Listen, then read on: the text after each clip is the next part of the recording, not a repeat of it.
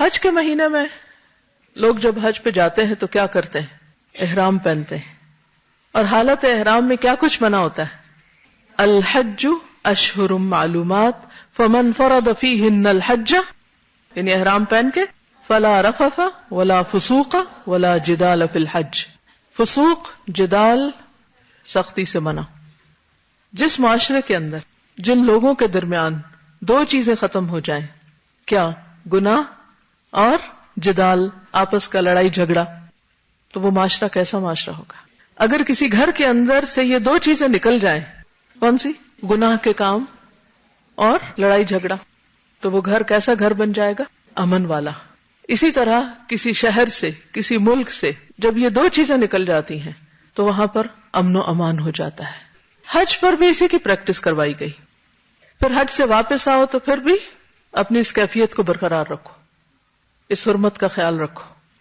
حرمت پامال ہوتی ہیں دو طرح سے، ایک اللہ کی نافرمانی کر کے اور دوسرے بندوں پر زیادتی کر کے، لڑائی جھگڑا اور فتنہ فساد کریٹ کر کے۔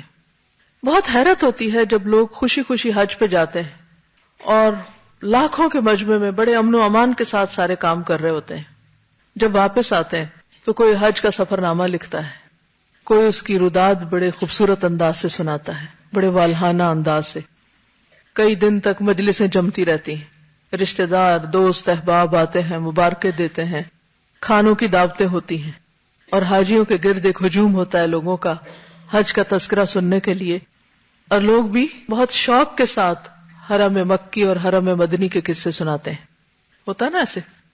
لیکن وہی لوگ اپنے گھروں میں ایک دوسرے کی عزت اور احترام نہیں کرتے، اپنے ملک میں ایک دوسرے کا ادب احترام عزت نہیں کرتے، چھوٹی چھوٹی بات پر دوسروں کے گلے پڑنے کو تیار ہوتے ہیں۔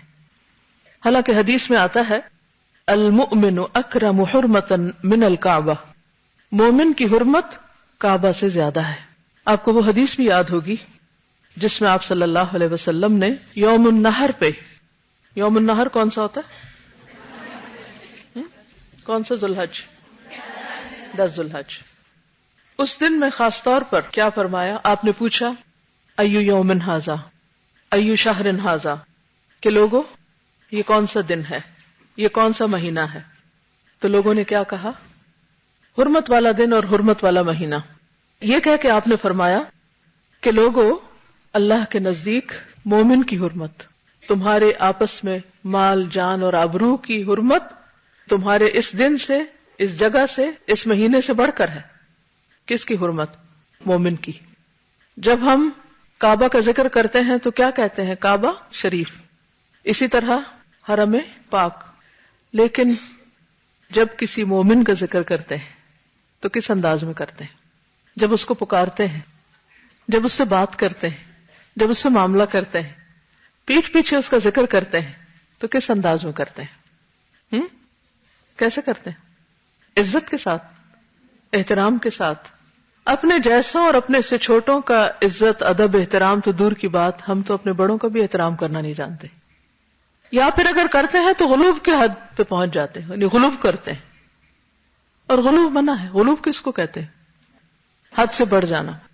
اگر کسی سے محبت کرتے ہیں تو حد سے بڑھ جاتے ہیں، کسی سے عقیدت رکھتے ہیں تو حد سے بڑھ جاتے ہیں، کسی کا ادب احترام کرنے لگتے ہیں تو حد سے بڑھ جاتے ہیں، اس کے آگے جھکنے لگتے ہیں، اس کے پاؤں پڑنے لگتے ہیں، اس کے آگے ماتھا ٹیکنے لگتے ہیں، اس کو اس کے مقام سے بڑھا دیتے ہیں۔